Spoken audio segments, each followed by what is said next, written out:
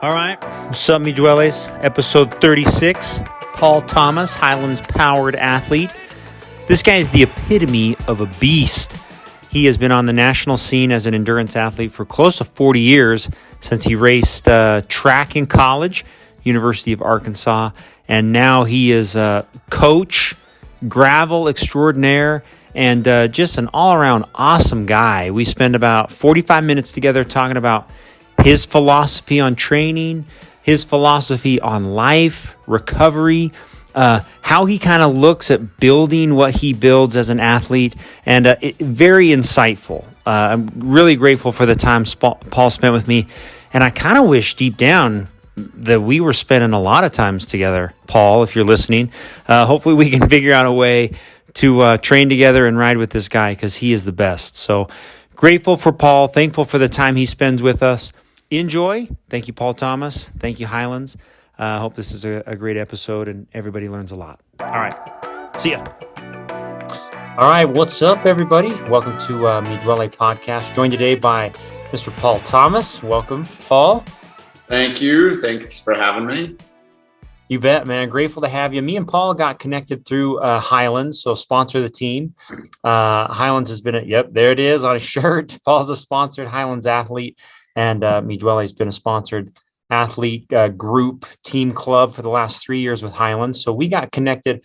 Actually, Paul, we got connected. The first time we really personally connected was when we talked about Loadage last year. That was 2020 that you raced it. And I can't remember if you reached out to me or if I heard you were doing it. And then we got connected and talked a little bit about what the race is like and what a bad idea it is. And how Loaded is a bad idea, but you should do it. Everyone watching, it's a bad idea, but you should do it at least once.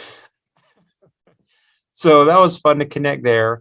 The other place we've connected is Paul. So through Highlands, he has been in charge of coaching athletes through the Highlands. The Highlands Powered team has done all the Belgian Waffle Series rides, including the one in Cedar City, where Highlands sponsors a team.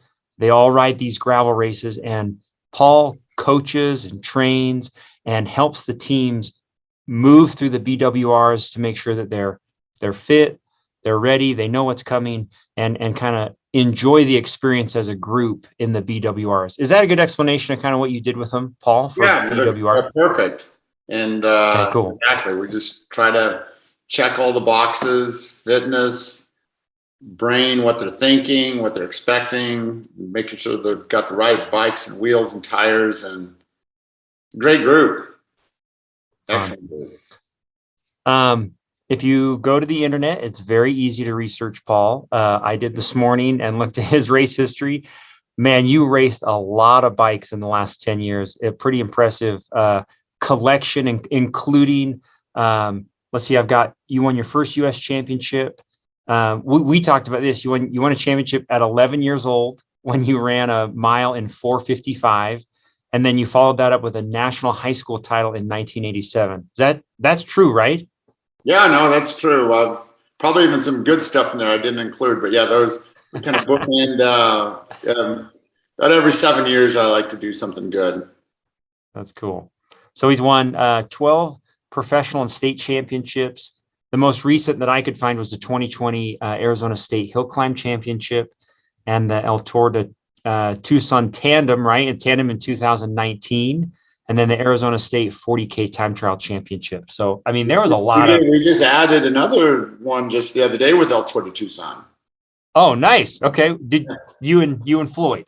Floyd and I, yeah. We Floyd Power. No, it was good. It was really fun.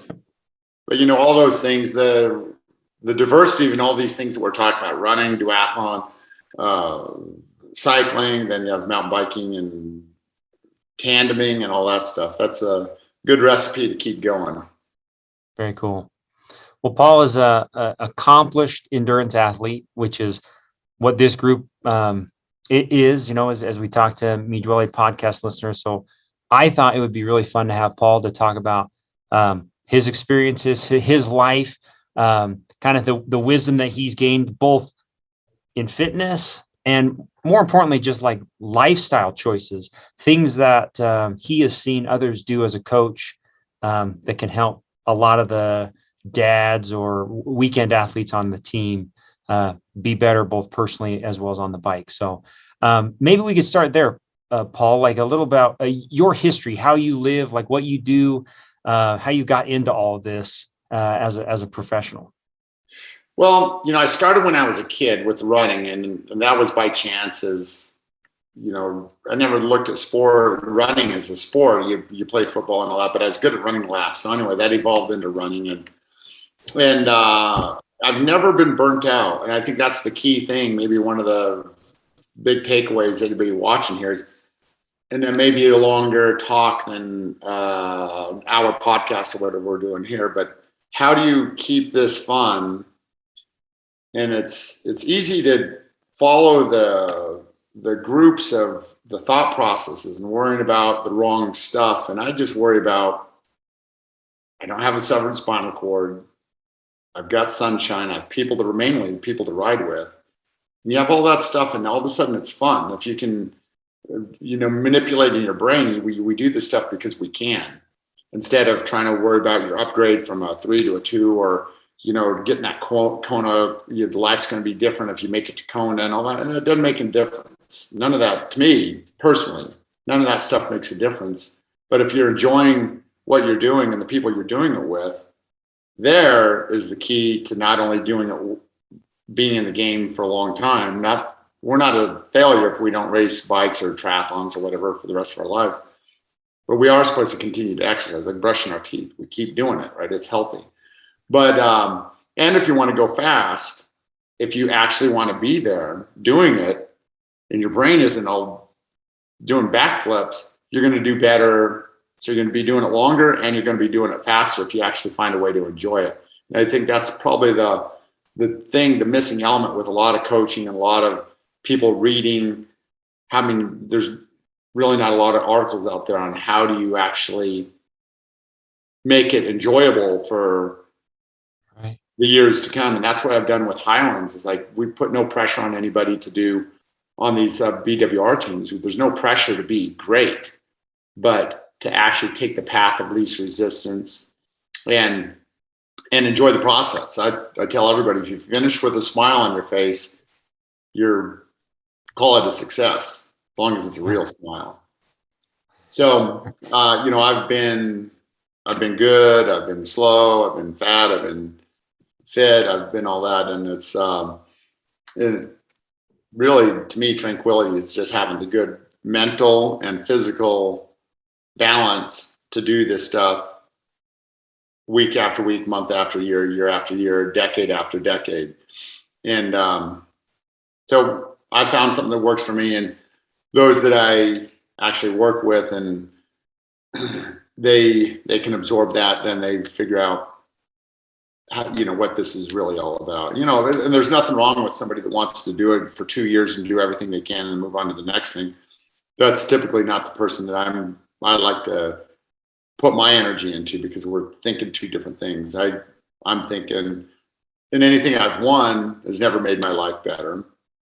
But what makes it better is continuing to do, and all the great things that comes with it, doing not only still training and racing at a reasonably decent level, but now being with Highlands and having all those opportunities. It's just a healthy, if you can quantify it to be a healthy lifestyle, then the true wins are the intangibles of, you don't even know that you won, but it's like, wow, man, my life's pretty good. Is this something that do you have like a mentor that kind of showed you, or is this something you developed over a lifetime? Well, that would be false to say there's no mentors. There's a mentor all the time, but there's some key ones, this guy, Joel Thompson, that took me under my wing. So when I was 24, I went from running and tripped across the sport of duathlon when it was a little bit bigger thing than it was. But most of my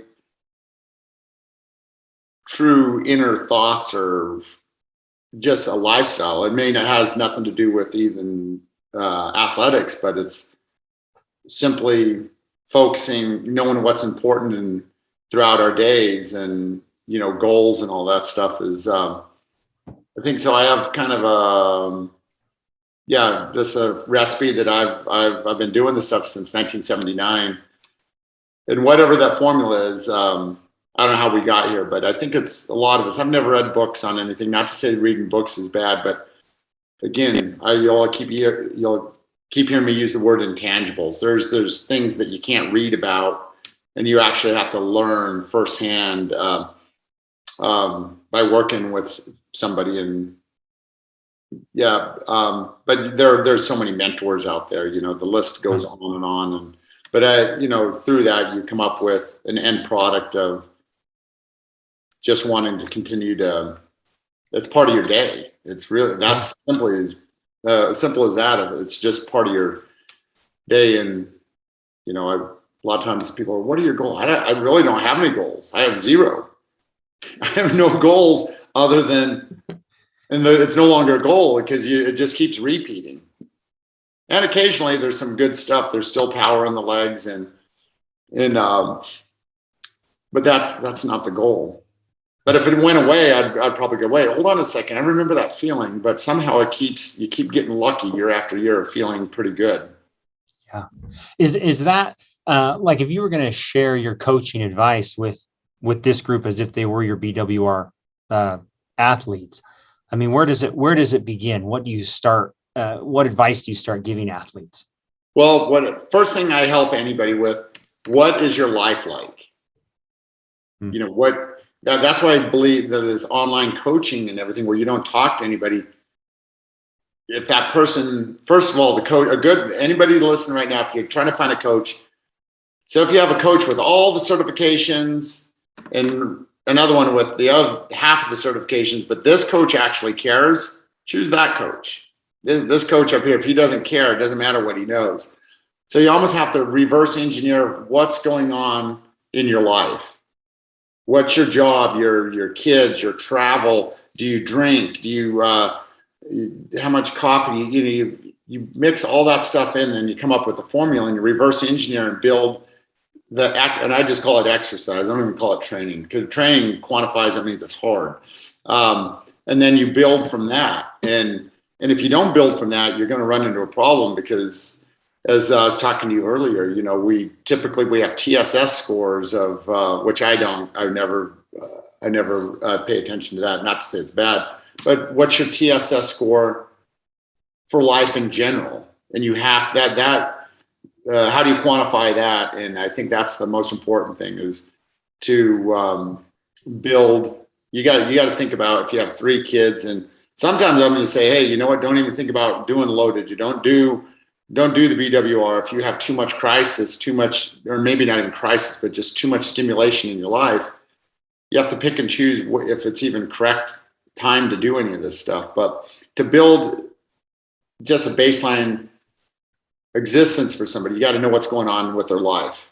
And if you don't have that and you don't take that into consideration, it's going to be a mess at some point. And when these athletes arrive for BWR as a coach, is there any warnings you give them? Any stuff that you've seen, like pitfalls that these athletes are making that you would warn against? Well, in a perfect world, and we've talked about this with Highlands, the best thing would be to start the year off with a little 3 or 4 day training camp to really get to know the people, see what they look like, see what they're riding, and actually teach the flow and the art of riding a bicycle. Because I don't care if it's gravel, road, or whatever, there's still an overall art because there's so much physics going on, and not only the art, but the art, what's in your head and how you quantify and how in person is the best. So I'm pushing for this next year to where we can actually do a little camp. Nice. But the major pitfalls is overdoing it, or maybe some cases underdoing it. Typically it's overdoing it. But there's so many moving parts to this equation. It's so it's all case by case, and but it's really fun to figure this puzzle out for every person. Yeah. Then when you see the light go off in somebody's head, and all of a sudden they kind of pedal that bike, as they say, with no chain, so to speak. That's great when you can actually get a person to where they finally get it. And like I ride in the tandem with Noreen, my wife, or Floyd, or other people. There's a point where it all starts working, because you're now pedaling the bike together. And whether it's on the tandem or just life in general on the bike, it's magical when you actually get to that point where you feel like you're in the safety zone and you've kind of, everything's kind of clicking. Yeah. Paul, like you, in my opinion, you found a lot of success, both personally and professionally, like with your philosophy, with the way that you train. What is it that makes, if you were going to point maybe at 3 key elements of your life, what has allowed you to be like as good as you are as an endurance athlete? Well, we'll start with one. I know I can come up with one. We'll probably. So backstory a little bit. When I was in high school, I didn't even train that much, but I was the top runner in the country, senior in high school. And then I went to college, and I was kind of almost like a caged animal where I really wasn't allowed to. And I'm not an introvert, I'm an extrovert. So I got to college and there's no more rules. So I went from being the best runner in the country. And of course you can't expect to be the best in college as a freshman because now you'll have the best of the best. And I went to University of Arkansas, which is the top distance program or track and field program in history. They've won 42 national championships.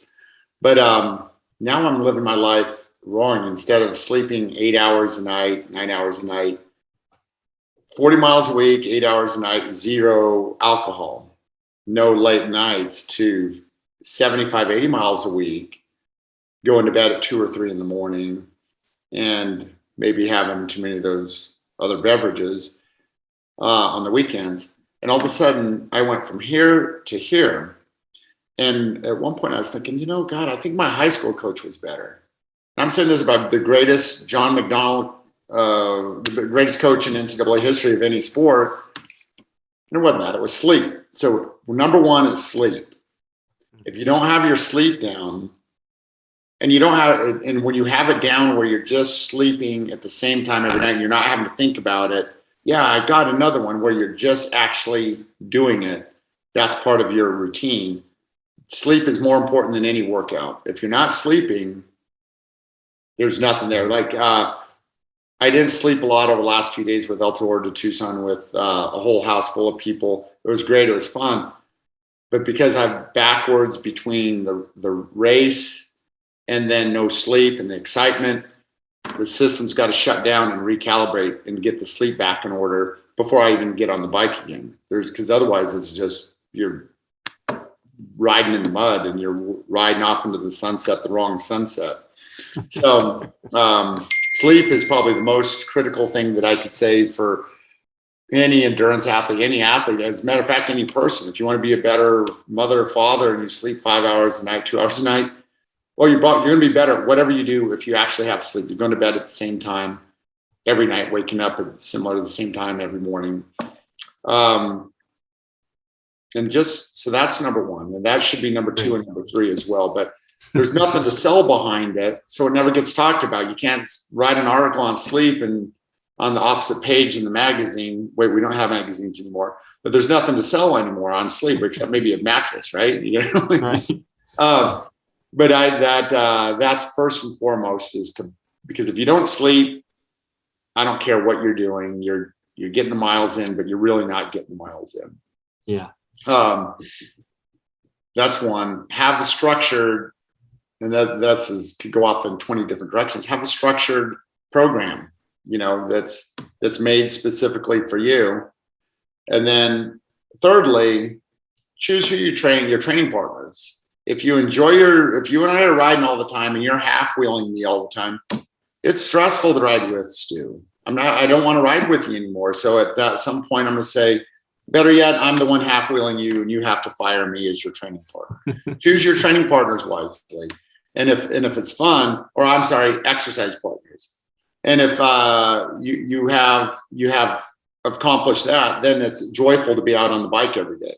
If you have somebody that's trying to race you, or I guess you could say that life in general too. You just be around people that make you feel good, and you're going to be better at your job. Your sales are higher. Everything's going to be a little bit better. So yeah, sleep. Number 2 was structured program. Again, that's goes off in so many different directions. Then choose your training partners wisely. Probably never heard that one before, but I think it's critical to actually truly enjoy the people that If you're on a bike team, if there's 3 bike teams out there and there's one that gives you, a bike and a set of wheels and 14 gels a week or whatever their protocol is, and this other team really has nothing, but they're all great guys that you mesh with, and you don't mesh with anybody, well, choose the team where you don't get the free bike because you already have a bike. Right. So the team where you actually, everybody's rowing the boat together, that's the team to be on. That's great advice. Very good.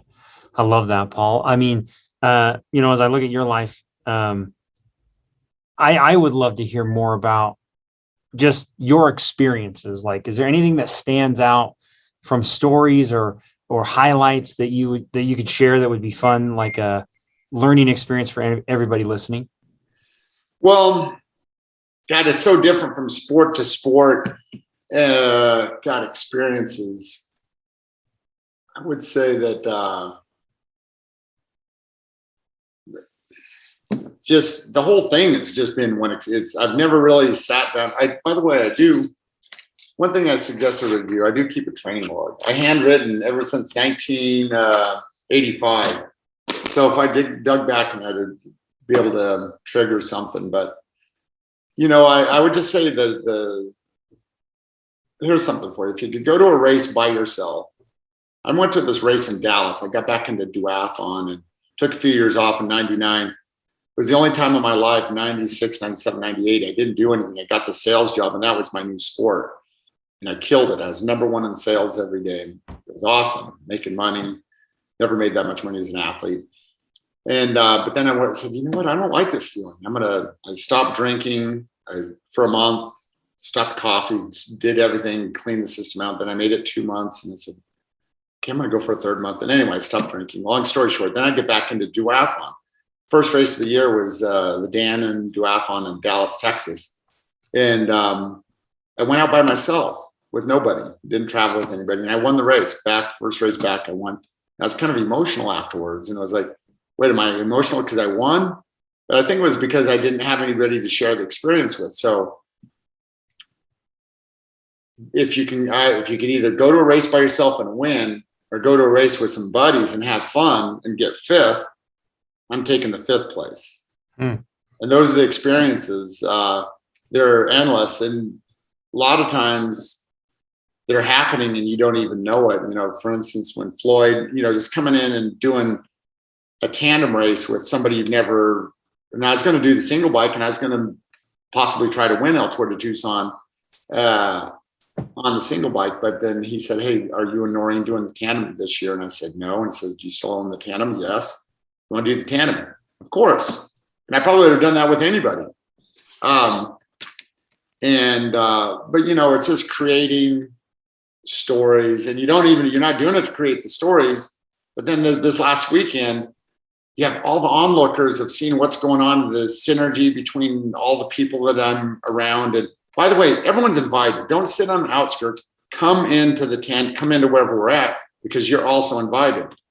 As long as you have something to add, try to be friendly but just experiences, they're nice. That's to me, that's what all this is about, is just having fun. And can you do it without the sport? I guess, but I don't know. For something, there's a synergy about sport in general that creates fun stuff. And this last weekend, and a year from now, I'm going to go, holy smokes, that was unbelievable. And I'm already thinking that a little bit, but that's all it is. If you're not enjoying the experience, and if it's just about numbers and the heart rate and the power, but maybe for the type A person, that's fine. But I think ultimately someone's going to get worn out. But if you have to enjoy they say enjoy the journey. And this is just one big journey. Nice. As I try to teach the Highlands athletes, it's enjoy the entire process. And after a while, your entire life is the process. It's not just the training. It's how you live your life on the bike, off the bike, in the Hoka running shoes, out of the Hoka running shoes, whatever your poison is. Yeah. Hey, maybe share that part about right before we talked, you talked about swimming. I thought that was a really interesting part of how you recover, how you take care of yourself to make sure that this is like a lifestyle and not just I don't know, like a crazy hobby that you try to kill yourself doing. Yeah. Well, first of all, I'll start off by saying, on the bike or off the bike, your whole life should be thinking about recovery for the next day, the next week, or whatever. So I'm always trying to do whatever am I going to do right now so I can feel good. More so this, if the brain's feeling good, and there's a million boxes that we can check. What do you eat? How do you back to the sleep? But I'm in the pool more times per week than I'm on the bike. I ride between 3 to 5 days a week. I ride a fair amount. I ride 13,000 miles a year. But I'm in the pool all the time, and it's not for the workout. There's something about being in the water. It may be a 500-yard swim, and it's the whole complex thing I do. And I came up with everything I come up with. I come up on my own. I've never read a book on anything, but you figure out things in your life. What works for me more than likely is going to work for the next person, because we're all more alike than we're unlike. We all have 2 eyes, 2 ears, and a nose and all that. But I just somehow figured out the being in the pool. And I still don't know, and it doesn't matter what's happening. I don't care what it is. I know it works. So maybe it's the water temperature. Maybe it's because you're prone in the water. Maybe, and I do a lot of hypoxic stuff underwater where I'm just going really slow. That slows. Maybe it's the yoga-esque type of slowing the brain down. There's something called the mammalian dive reflex when your face is in the water.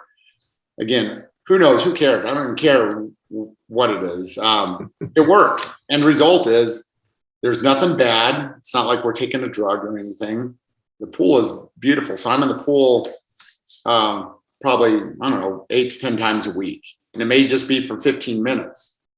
So that's my recovery is, like, since El Tour, I rode just a really short ride on Sunday, and I won't ride. Today is Tuesday, right? I won't ride Monday, Tuesday, Wednesday, or Thursday, and I'll probably get back on the bike on Friday. So the recovery, you're always recovering, in a state of recovery. What are you eating? What are you drinking? I probably even drive my car like this too much. You only have so much gas in the tank, and I always drive my car super efficiently too. I don't do this at home, but I coast the downhills, put it in neutral, and do not do that. I don't want to get a call from anybody. But if you're just you're thinking about efficiency all the time, you're all of a sudden you don't need that much more. You don't need all the power in your legs that you're thinking if you're being efficient and always in a state of recovery. Yeah. And and the recovery is not for the bike, it's for this. How do you feel? Like your mental cognition. You gave great advice, when you said that if you had 3 hours, maybe share that part where you said, if I had 3 hours. If I have 3 hours to exercise or be gone, and I kind of wanted to ride 3 hours, and I'm not going to ride 3 hours. I'm going to ride 2 hours and 45 minutes, 2 hours and 40 minutes. And just being in that pool for 15, and I'm not sitting in the pool. You have to move. You just don't get in the water. Oh, Paul said get in the pool and get out of the pool. Well, I don't feel anything. Well, even that, if you sat in the water, you're probably okay. But doing whatever the routine I do, that is just that those 15, 20 minutes are more important than, even if it was an hour, I'd say, okay, if I have to drive to the pool and it's going to take time, that's just as important as the ride, because I walk away from the pool and I feel amazing every single time. Matter of fact, I did one time, after doing this for a few years, I did the Shootout, which is our group ride, and I did Mount Lemon afterwards, which is, another 7,000 feet, 110-mile day with a big day.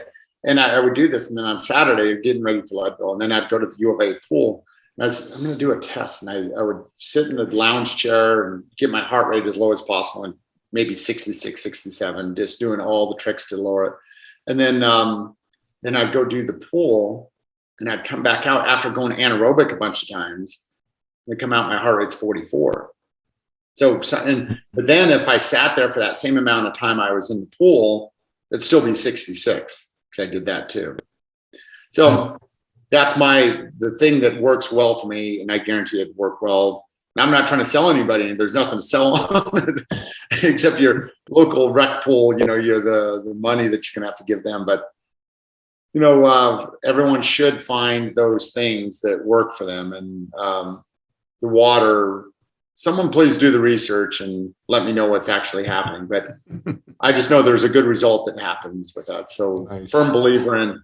I was telling you earlier, if I was a runner, elite runner or cyclist, and I really wanted to get the most out of everything, I would start and finish every bike ride or run actually from the pool. So when you finish up, the pool is right there.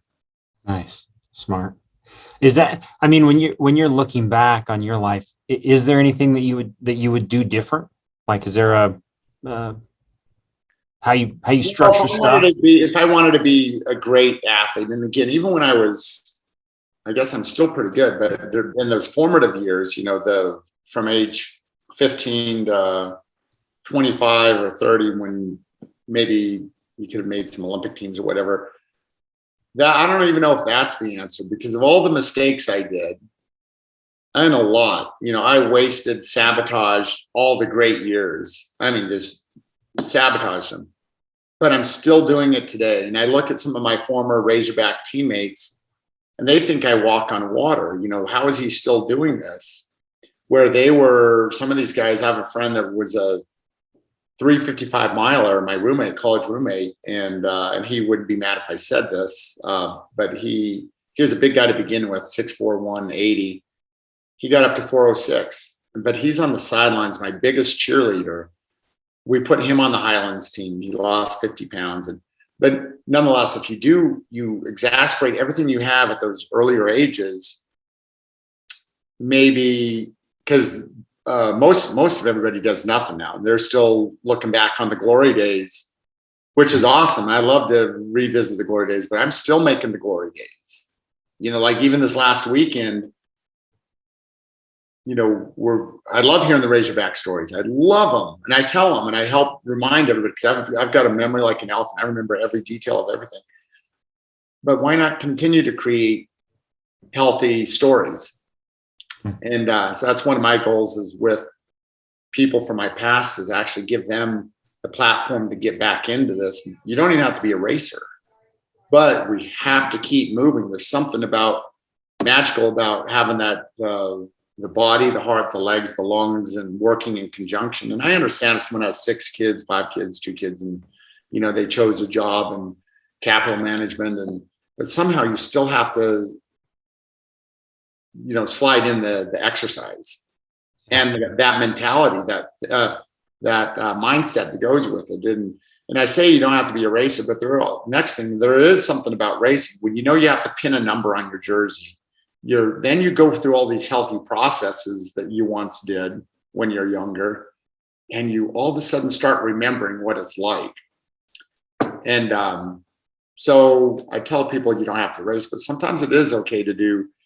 And racing a BWR is nothing like running the NCAA cross country championships, because you could go out there and just be a part of it versus, running your brains out to try to get top 20 at NCAA cross country.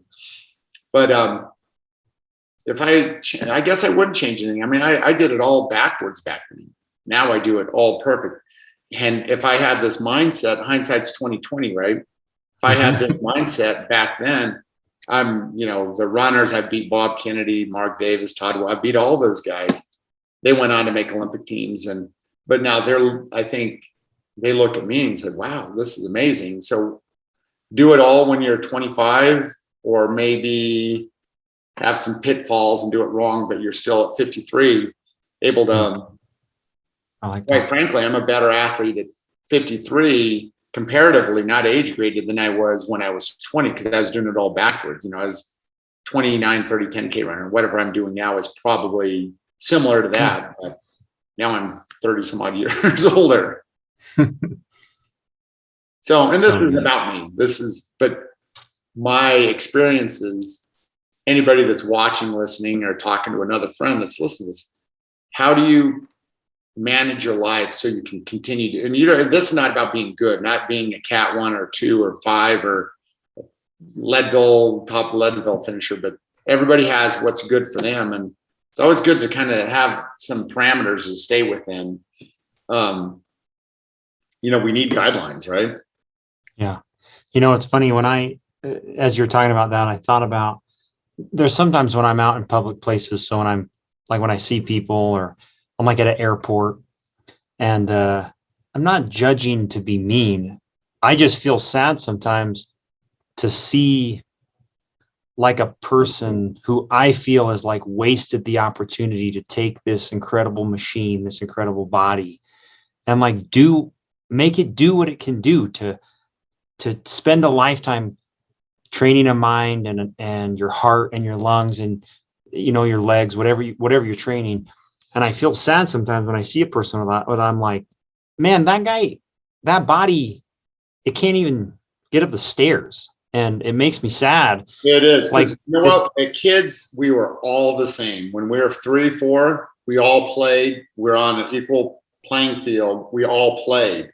And if we can't really remember what we felt like, but it was good, right? Because we're swinging on monkey bars, throwing balls at each other, right, running around.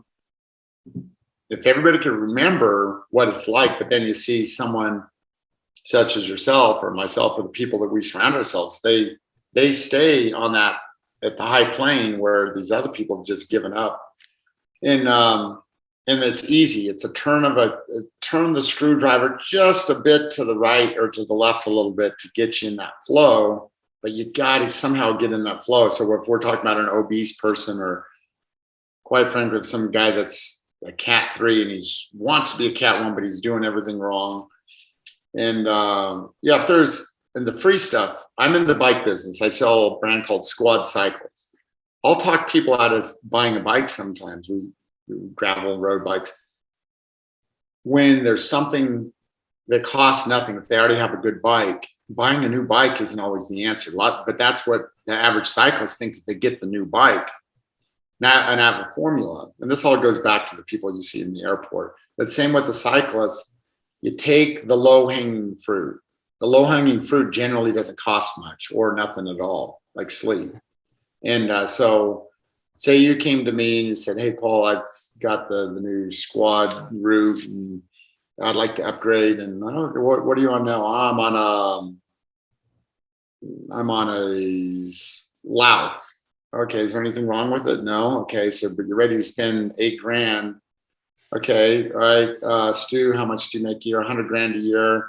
Okay, how many times does so that you make about roughly $50 an hour? How many times does 50 go into 8,000?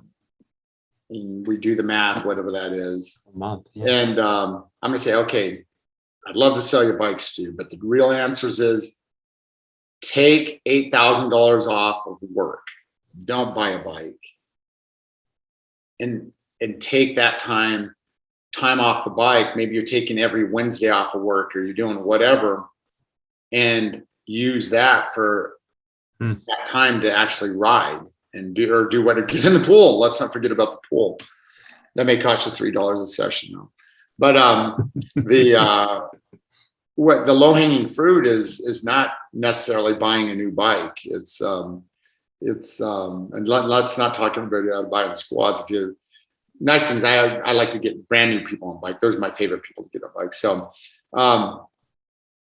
the low-hanging fruit in life is normally doesn't cost anything. The important stuff, buying new bikes, and the new Normatec came out with a new Normatec. Nope, you don't need Normatecs now because you're going to the pool. So I love it. And then and to go do an Tour de Tucson this weekend, a bunch of Cat 1 and Cat 2 riders. We're talking about wasted ability and the low-hanging fruit. It was a disaster this week. The wind's coming from the right, so therefore we should be echeloned off to the left. And when you pull off, when you're on the front, you pull off to the right into the wind. But this Cat 1 rider almost took the whole field down, pulls off to the left. But understanding all that all those things in life on the bike, that just learning, you don't have to buy anything for that. So whether if you're the overweight person in the Denver airport or Salt Lake airport, or or the person that wants to be great on the bike, but they're pulling off the wrong side and they sleep 4 hours a night. Well, I don't like to waste anything. That's cool. Such good advice. Hey, maybe Paul, spend a few minutes talking about 2022 with Highlands. What's going on, and if people are listening, what are you doing there? How do people get involved, and maybe just explain the process? Well, we're going to hopefully field 4 teams for San Diego, Asheville, Cedar City, and then Lawrence, Kansas. I was at all 4 of them this year. Okay. Great events, for gravel. They're all doable for anybody who's watching, aside from Highlands. Great events. They're just doable, right? Some of these races, they make them so hard. They want to throw in where you're jumping through fire hoops or some shenanigan, but they're all great. They're the only one I didn't do was Asheville. And this year I didn't race the races. Because I truly wanted to be there for the team. And if I'm racing, even though I don't take it that seriously, part of your brain is elsewhere because you have to get ready yourself. So I asked the team at Highlands, I said, do you mind if I don't race? And at first they kind of, well, we'd like you to race. But I guarantee you I'm going to make a better experience for the Highlands team at the races. And they saw what happened because I'm in the feed zone, I'm doing this, and I'm all over the place. I mean, it's an undertaking. I'm destroyed after those races, even if I don't do the race. But going into this 2022, at some point there'll be an application process to sign up for the team. And we pick 4 different teams. There may be some overlap. Maybe there'll be 1 or 2 people that do a few races, but we try to get a fresh group for each event. And all we're looking for is we want people that are happy, that are willing to learn, they're willing to add value, that want to finish. You got to want to finish. And then there's other criteria, they're hoping you have some social media following and all that stuff, which is important. Obviously it's an ambassadorship team. We've got to get the name out there, but really Highlands, their true concern, which I think is amazing. It's not about the finish. Sure, they like the social media, but they are at the race wanting to make sure that you've got everything you need. And it's almost like they're the crew or your parents, where they're, which I think is, because typically any kind of sponsorship, it's about, okay, what are we getting out of this? What's our ROI and all that. But when we get to the races, Team Highlands, the corporate part of it, they're sincerely in there with their heart. They're there for all these. We're there at the feed zones. The last person that finishes in, we're all together. And so the team, we go to there's really no teams out there. Then there's Highlands, and it's not a high powered team. There's 1 or 2 people that's had some, that's at the front, but by and large, we're spread out through the entire field. And the feedback we get from other people are unbelievable, that because there is a unity there. Back to what we're talking about at the beginning of the conversation is train and race with those that you have fun with. And that's exactly what Highlands offers. We pick the team carefully and we have fun. Very cool. Yeah, I saw the social media on Highlands is so cool to watch how you interacted with the athletes, the profiles that they shared with each of those, because they each kind of had a different story of why they were part of the group and their background of why they were doing the race. It was really fun to watch. Highlands did a great job producing the story behind the racers. It was cool. I really did. It's amazing. And all for what? You're thinking, that's why I'm crossing my fingers. I'm hoping they got something out of it, because I had such a blast doing it. Even though I didn't do the races, I'm crossing my fingers that it happens again and again and again. And again, I hope it does, because I'll be there every year for it. It's nice. It's really fun. But back to the thing, find people you enjoy doing it with. And everybody, there was no combativeness on the team. Everybody truly wanted the other person to do well. Cool.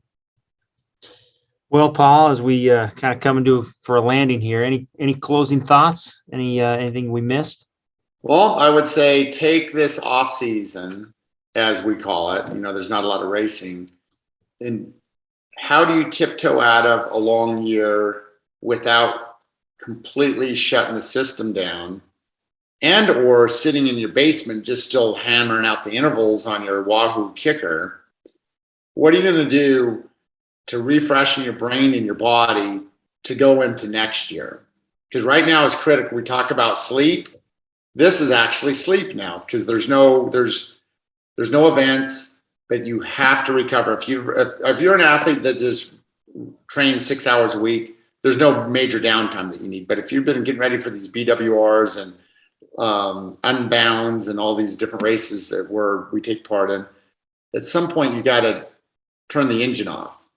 Not completely, but what are you going to do? And that's where being a multi-sport athlete comes in handy, is that you have other tools to pull out of the toolbox to do, because let's face it, we don't need to be on the bike all the time. And it's healthy not only for the other body parts, but to do, like, if all my running friends that turn to cycling, I tell them never ever stop running, because if you stop running, then all of a sudden your gait and everything, you forget how to run, and then your legs, you're imbalanced. But if you always continue to run, so I always say it's good to be a multi-sport athlete where you have the ability to get into a pool and you're not such a fish out of water, and you can run and you can do other things, because we don't need to be on the gas all winter. So I say sleep is very important, but this part of the year is basically sleep, but still moving. And I will say in Tucson, Arizona, it's tough to get 8 hours a night sleep, because that means you're going to bed at 8:30 because you have to wake up early. And I think we all get robbed of sleep during the summer, no matter where we're at. So I kick the sleep up to, probably 9-10 hours a night during the winter time. So kind of like a bear hibernates. And because if you've been on the gas all year long, racing or doing whatever you're doing, running the battery low, if you don't fill the battery back up, you're in for a horrible next year. Yeah. And you're trying to play catch up, and you're trying to do all the tricks. You're going to adrenal doctors. You're doing running all over the place, getting antidepressant medicine and all that stuff. But the best way to avoid all that stuff is sleep. Dang. It's great advice, Paul. And I know, I mean, speaking from you, like from a wisdom standpoint, as well as like all the athletes that you've been around, I hope we're listening. It's great advice, man. It's awesome. Oh, thank you. That's the low-hanging fruit. Nice. Well, hopefully we can train one day. I mean, you'll be here for Cedar City. If you're ever in Salt Lake, we'd love to ride some canyons with you or something fun. It'd be awesome to get out. That's where I'm from, born in Salt Lake. Nice. I didn't know that. That's great. 84104 was the zip code. 84104. I'm 84124. So yeah, close. You're probably in a higher rent district than me, but nice, Paul. All right, man. Well, we'll see you out there. Appreciate your time. Very great. I mean, it's been is awesome. Really grateful to have you on, and fun to watch you in the Highland squad. So appreciate your inspiration, man. I have one more piece of advice for you. Do it. Go take a nap. I'm ready, man. I'm ready for a nap. Let's do it. Awesome. Thanks, Stu. Okay, Paul. Thanks so much, man. Bye.